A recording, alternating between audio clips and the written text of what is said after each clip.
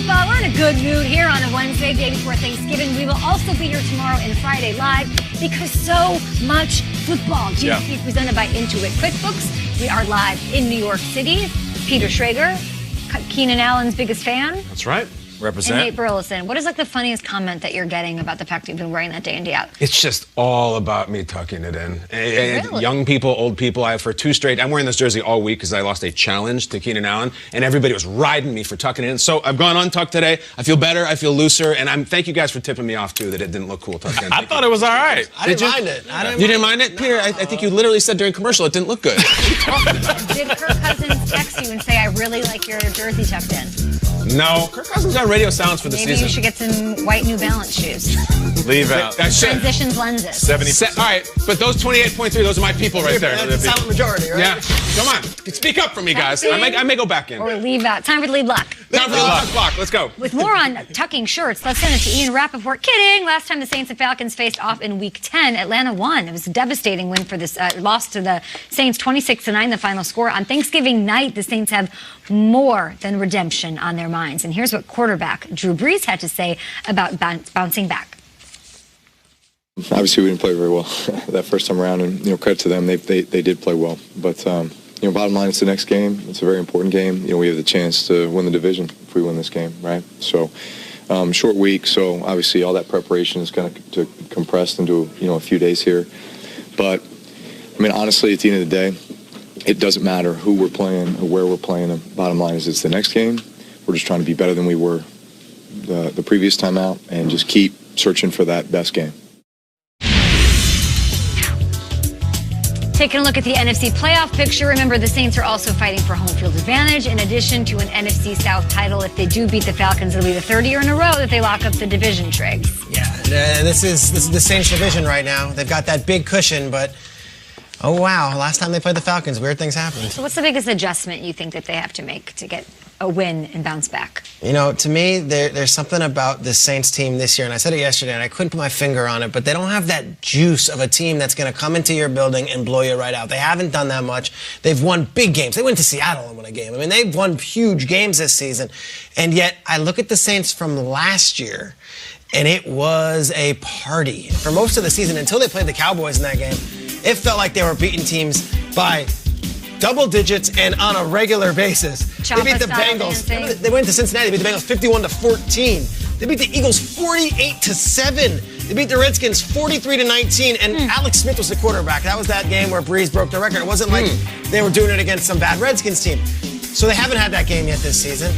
Go in there.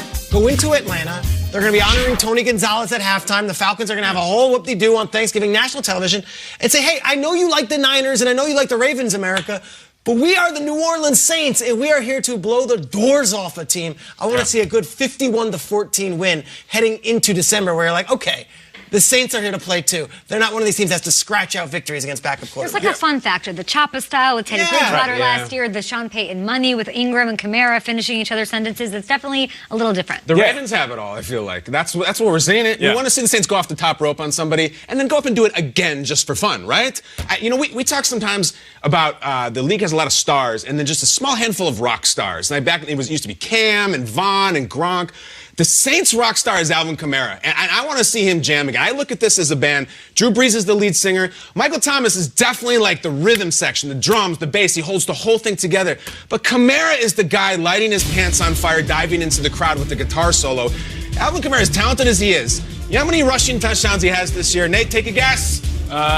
7? He has one rushing touchdown. And here's the thing. Against Atlanta last time, he was coming off a long injury. They kind of got him in it slowly.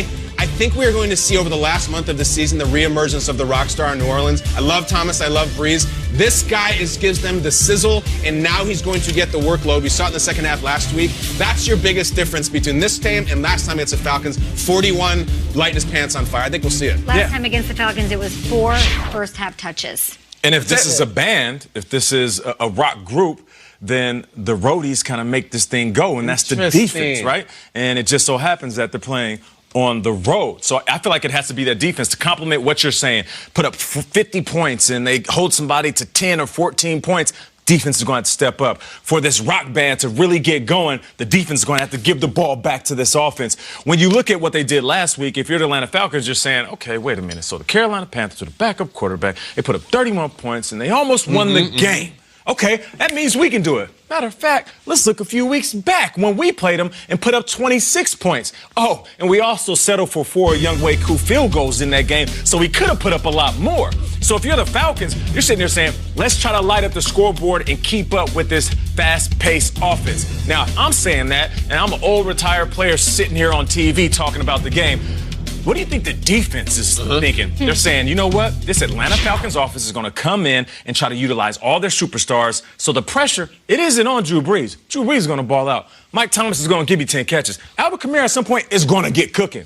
That defense is going to have to step up. And if they don't, we will see a repeat of what happened in Week 10 where the Atlanta Falcons surprised everybody and beat the Saints. Julio could go off if Marshawn Lattimore is not 100%, so it's definitely something I'll be looking for. But let's go to another.